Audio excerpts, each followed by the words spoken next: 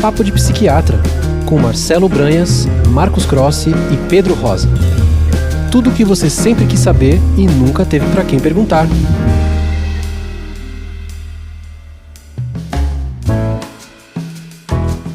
Seja bem-vindo e seja bem-vinda a mais este novo episódio do seu podcast favorito, o podcast Papo de Psiquiatra.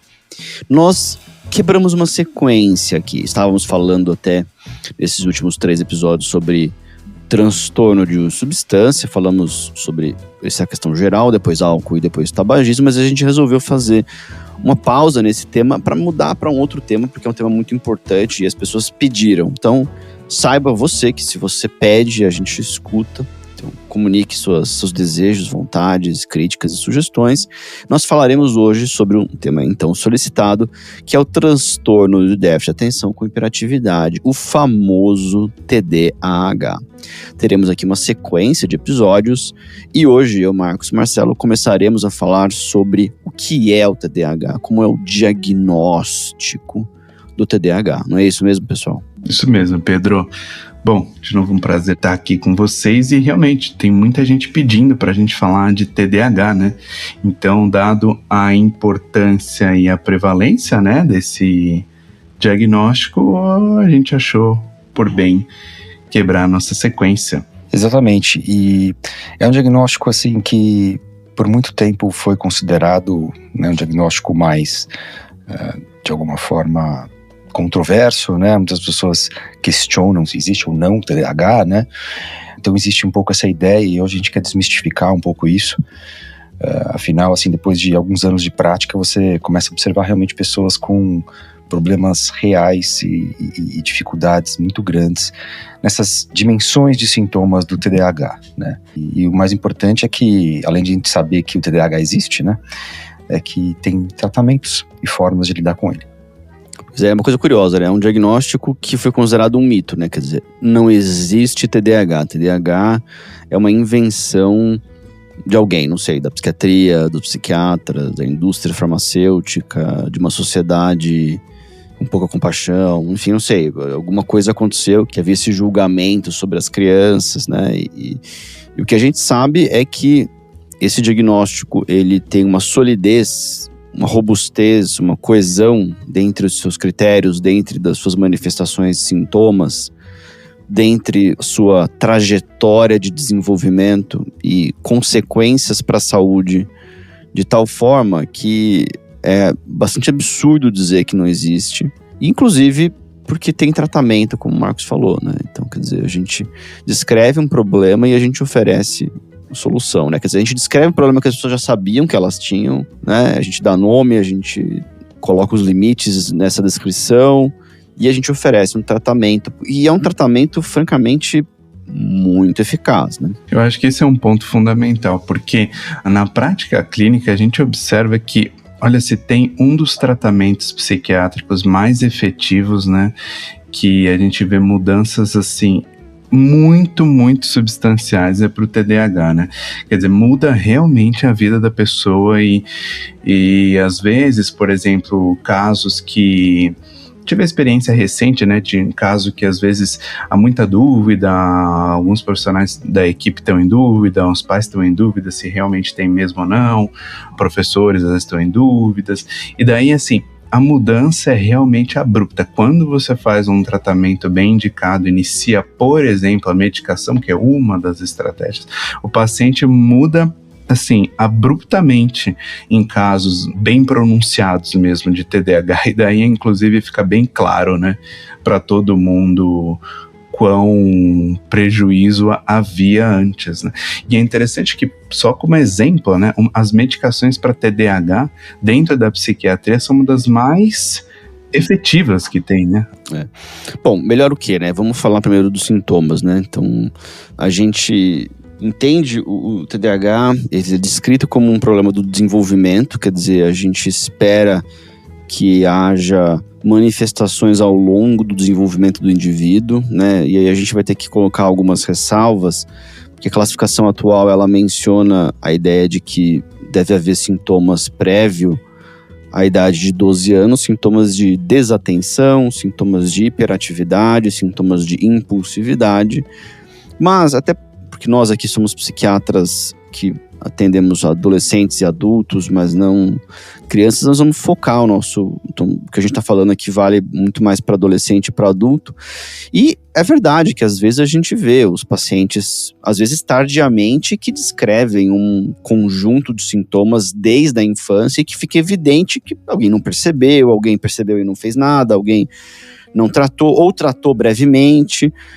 Mas a verdade é que muitos pacientes têm esses sintomas, a gente consegue identificá-los na infância e na adolescência, outros não. Outros são sintomas que surgem na fase adulta por uma série de razões. Porque pode ser que foi o momento em que a pessoa efetivamente se engajou em atividade produtiva e até pelo TDAH antes não tinha uma percepção de prejuízo, porque não era uma pessoa que estava, digamos assim, exigindo de si um desempenho acadêmico profissional, mas também, em grande parte, porque os pacientes, eles muitas vezes têm ao longo da vida um arcabouço de rotina menos estável e menos sólido em volta deles. Eu vou explicar melhor. É claro que, em comparação com a faculdade, a escola, mesmo o ensino médio, ele tem regras muito mais claras e as pessoas são muito mais bem informadas do que elas têm que fazer. Olha, sem prova tal dia, esse é o livro, estude isso. A faculdade, isso muda um pouco de figura e isso muda também em relação a alguns empregos. Olha, você tem que fazer isso, você tem que fazer aquilo. Em alguns empregos isso é super rígido, super claro, e para algumas atividades profissionais as pessoas ficam livres, elas vão poder, não tem essas regras em volta, elas precisam, digamos, de motivação intrínseca, elas precisam de uma organização pessoal, elas precisam estar elas mesmas orientadas para fazer as coisas. E aí é o que pega para muitas pessoas com TDAH, porque elas, com muita frequência, não são todas, algumas têm, mas com muita frequência elas têm essa dificuldade de organização pessoal. E aí os sintomas começam a aparecer mais nessa faixa etária, e aí as pessoas vão procurar tratamento. Então, só para dizer que existem algumas apresentações diferentes, que às vezes a gente encontra essas manifestações em alguma etapa do desenvolvimento, às vezes não. E que a gente sabe que esses sintomas, eles não devem ser presentes só em uma área da vida. A gente acaba investigando, porque sendo um funcionamento global de desatenção, de hiperatividade ou de impulsividade, a gente também vai encontrar isso, portanto, em mais de um ambiente profissional, acadêmico, familiar, de amizades, organização pessoal e assim por diante. É uma coisa, como a gente chama, quer dizer, mais pervasivo, né? Um ponto, Pedro, que eu acho que é importante, as razões, né, pelas quais, assim, o diagnóstico pode ser difícil, né, as razões contextuais, né, por exemplo, na faculdade tem menos organização do que na escola, né, e um dos pontos também que, enfim, dificulta esse diagnóstico, né, a primeira coisa, e é uma razão que acontece em todos os diagnósticos, na verdade, da psiquiatria, quase todos, né, é um diagnóstico clínico, né, ou seja, vai, de alguma forma, requerer uma avaliação, né, por um especialista em saúde mental, que vai tirar uma história clínica, né, uma história clínica que muitas vezes vai ter que envolver, por exemplo, história familiar, gestacional, do desenvolvimento, né, uma história longa. E a gente sabe, né, como a gente estava conversando um pouco antes aqui do podcast, que você falou como que histórias retrospectivas são difíceis de serem tiradas, porque muitas vezes as pessoas não se lembram, né, como que você vai conversar com um professor vamos dizer, da sua primeira série, como que você era, né. E, então, quer dizer, essa é uma das grandes dificuldades, né, quando você vai fazer um diagnóstico retrospectivo, que na maior parte dos casos, né, surge na infância e na adolescência, né, e nessas dimensões de sintomas, como você falou, né, desatenção, né, é um ponto que talvez antigamente falavam só de transtorno de déficit de atenção só, né, que acho que é uma dimensão importante, hiperatividade e impulsividade, né, então, ou seja, existem esses três grupamentos de sintomas e que, assim, podem se manifestar de diferentes formas de acordo com a pessoa, né.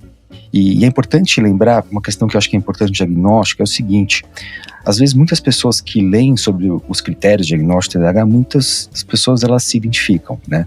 Quer dizer, poxa, mas eu também tenho dificuldade eventualmente de prestar atenção em alguns detalhes, eu cometo erros por descuidos, né? Às vezes eu tô lendo uma questão aqui na prova, teste, pulo uma alternativa e coloco a alternativa errada, né? Então, de alguma forma ou outra, sim, talvez assim, todos nós podemos ter um ou outro sintoma, né, do TDAH. A questão é que essas pessoas, elas, como o Pedro falou, né, elas têm isso de uma forma bastante coerente, né, esses sintomas de uma forma agrupada e que muitas vezes vai estar presente em vários ambientes. Então, assim, uma criança, por exemplo, um adolescente TDAH, ele não vai ter um TDAH só na escola, né? Ele vai ter um TDAH, por exemplo, quando ele está na casa dele. Ele vai ser impulsivo também quando ele está na casa dele. E, além disso, vai causar um prejuízo muito grande. E claro que esse prejuízo vai depender da demanda, que nem o Pedro falou. Se você está numa escola que não demanda, como que você vai observar, por exemplo, um sintoma de desatenção? Vai ser difícil. Então, realmente existem alguns pormenores. E mais uma camada de complexidade. Muitas dessas pessoas têm comorbidades também, né? Ou seja, essas pessoas, elas podem ter transtornos de ansiedade, depressão. A gente vê muitas pessoas com TDAH com alguma desregulação emocional, né? Ou seja, tendo esses rompantes, né, de raiva, de agressividade em alguns momentos, né, com impulsividade.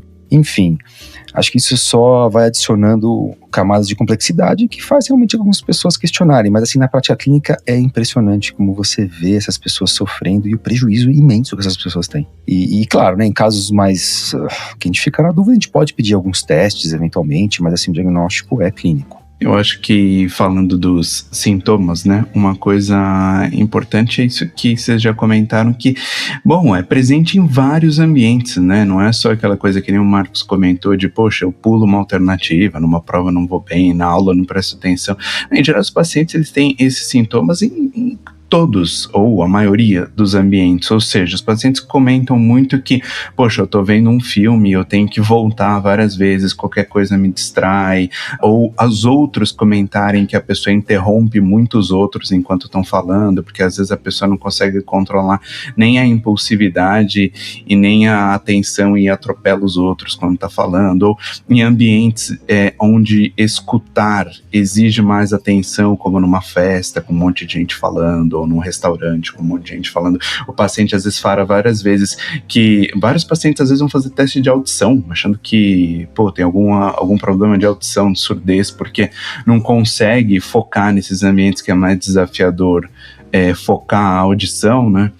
Ou também esquecer coisas, esquecer compromissos, chegar super atrasado, dirigir extremamente rápido de forma impaciente. Muitos desses pacientes também têm mais incoordenação, né? Umas incoordenações mais leves, né, do que em doenças neurológicas, por exemplo, mas tem, ser, entre aspas, destrambelhado, né? Derrubar as coisas, né? Ter dificuldade em atividades motoras como esportes. Então, assim, são várias coisas que esses pacientes têm em diversos ambientes, inclusive que não estão nas classificações que, se você for listar tudo, ia tornar as classificações maiores do que elas já são, né?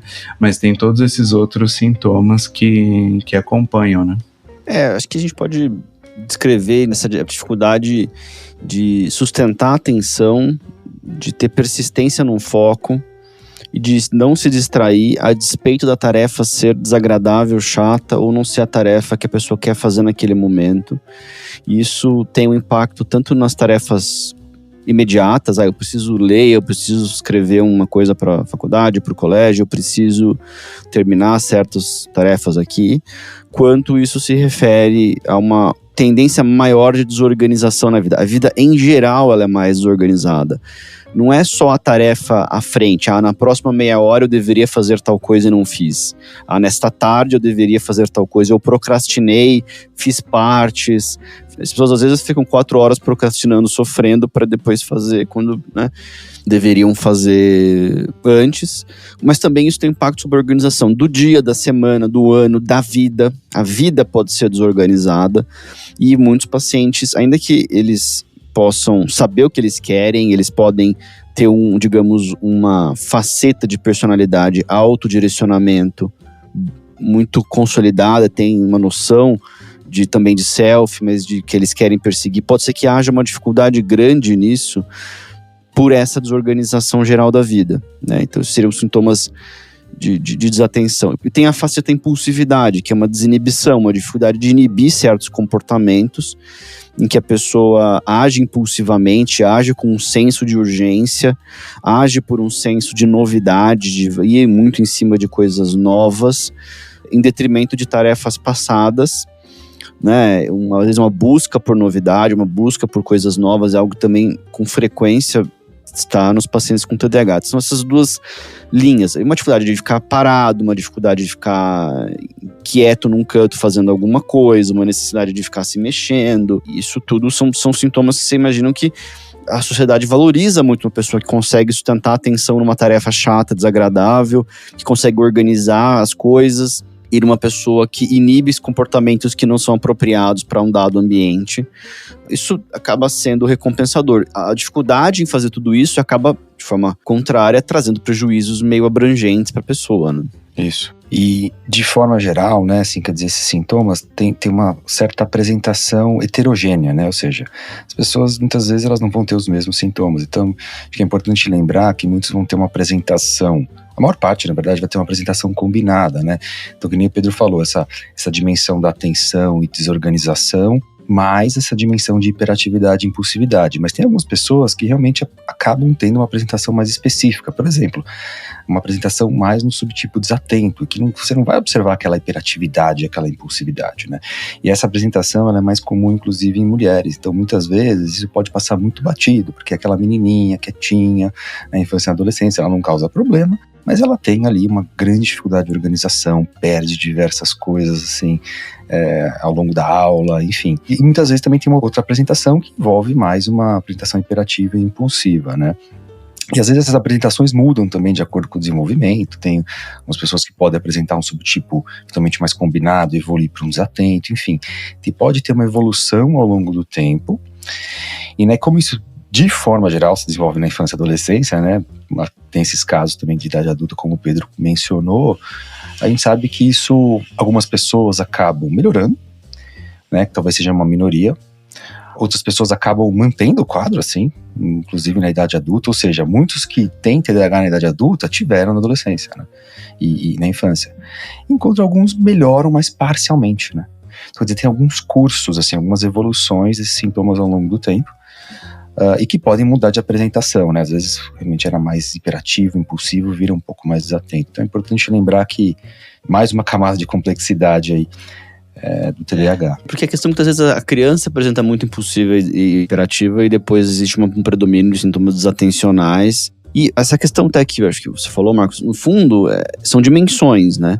Um indivíduo pode ser extremamente atento, diligente, capaz de procrastinar o prazer imediato, porque ele tem uma tarefa que ele sente um senso de dever, ou você pode ter uma pessoa muito mais desatenta, distraída, que tende a buscar novidade, prazer imediato, em detrimento de tarefas a longo prazo. Tem um grande contínuo entre isso. Então, entre o preto e o branco tem muitos tons de cinza aí, e a questão aqui é que essas dimensões de sintomas, elas não são, a gente não examina do tipo, isso aqui certamente é um TDAH, 1 centímetro para o lado não tem. Nós vamos ter que fazer um julgamento nisso, como vocês falaram, de um agrupamento de sintomas, a persistência de sintomas, prejuízo pelos sintomas, contextualização dos sintomas, para decidir por um tratamento. E a verdade é que os sintomas, eles tendem a melhorar ao menos um pouco na transição da adolescência para a fase adulta, ali dos 17 para os 25.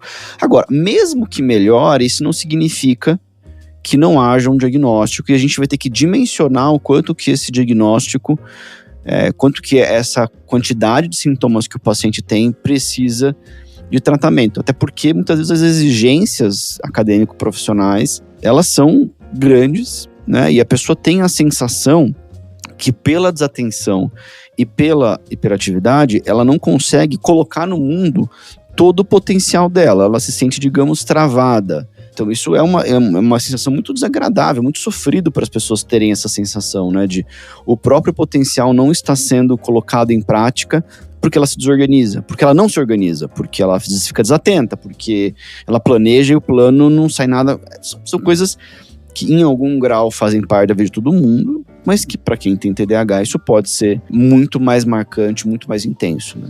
Agora, acho que é um assunto interessante, falando dessa questão do diagnóstico, do quadro clínico, polemizando um pouco, né, já que a gente está aqui num papo. Acho que a grande maioria dos pacientes que chegam no consultório da gente, acontece isso, né, que a gente acabou de falar, e o diagnóstico está presente. Agora, né, por curiosidade, muita gente pergunta isso. Existe também a exceção, né, de pacientes que às vezes, é importante também a gente falar que existe também pacientes que desejam como se fosse um doping, né, intelectual. Existe também, né? Quer dizer, pessoas que, poxa vida, né, que não tem um prejuízo em vários ambientes, que não tem essa história de desenvolvimento que a gente falou, e daí às vezes tem um desempenho bom, mas às vezes quer ter um supra desempenho, né? Poxa, eu quero dormir 4 horas por noite, eu quero não praticar atividade física, eu quero não ter lazer, eu quero não ter hobby, eu quero investir o tempo todo no meu trabalho e eu quero ser uma máquina de rendimento, né? Essa é uma questão, né? Porque, por exemplo, um computador ele tem uma performance muito estável, um carro também. Se você pegar o seu carro e ver quantos segundos você faz de 0 a 100 na Castelo Branco, provavelmente você vai chegar num número muito estável, se você fizer isso 100 vezes. Isso é uma característica de uma máquina. Seres humanos são orgânicos e tem uma variação de performance. A gente tem uma variação intradiária. Tem gente que funciona melhor de manhã do que à tarde, à noite do que de manhã. Quer dizer, a gente tem variações ao longo do dia.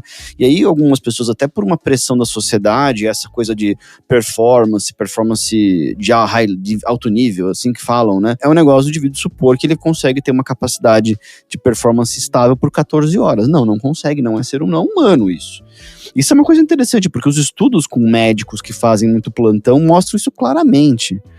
Assim, os estudos são muito claros. Um plantão de 24 horas, o indivíduo não tem uma performance estável. Isso, portanto, estou dizendo isso porque é uma profissão que isso foi estudado, né? Mas naturalmente isso se aplica a todos os seres humanos, né? Então, eu consigo trabalhar 20 horas, dormir 4 horas. Não, seu desempenho vai ser prejudicado e você vai estabelecer uma confiança na medicação, qualquer que seja ela, que é uma confiança não saudável que vai te custar muito caro no futuro, né? Então, existe mesmo um balanço entre a gente ter expectativas reais a respeito da performance humana, não deixando de analisar que muitos pacientes têm performances muito aquém da própria capacidade intelectual, né? E tem um ponto que eu vejo assim, às vezes no consultório, né, é que justamente às vezes as pessoas são realmente mais exigentes e, né, que ficam querendo realmente ter essa performance maior de forma geral, acabo muitas vezes lendo sobre esses sintomas e procurando mesmo assim, poxa, acho que eu tenho TDAH, eu quero melhorar minha performance. E um ponto interessante é que assim, esses domínios, né, cognitivos, por exemplo, principalmente o da atenção, ele é sensível a várias questões, né? Por exemplo, ele é sensível à ansiedade, ele é sensível a variações circadianas, como o Pedro falou, ele é sensível a não dormir bem. A pessoa, por exemplo, que está tendo problema com álcool ou bebeu no dia anterior, a sua atenção vai mudar. Ou seja, esse domínio cognitivo ele é muito sensível. E a partir daí, então, realmente tem mais essa camada de complexidade que vão dizer diagnóstico diferencial, né? Assim, o que vai ser o TDAH, o que não vai ser. Enfim, o diagnóstico não precisa necessariamente ser um diagnóstico diferencial, mas como você vai diferenciar, né, se é um TDAH ou se não é um TDAH ou se é uma questão normal. Eu acho que talvez isso pode ser também um assunto aí pro próximo episódio, falando sobre comorbidades, diagnóstico diferencial, enfim. Esse aqui episódio a gente acabou interessante, né? Porque o papo é o papo mesmo, é um papo de psiquiatra, né? Então a coisa se estendeu um pouco e a gente encerra esse episódio e no próximo a gente vai falar sobre o diagnóstico diferencial, comorbidades e também explicar para as pessoas que o diagnóstico TDAH vai muito além de desatenção e muito além de hiperatividade e impulsividade, né? Então, pessoal, até o próximo. Até a próxima, pessoal. Obrigado pela audiência aí e até mais.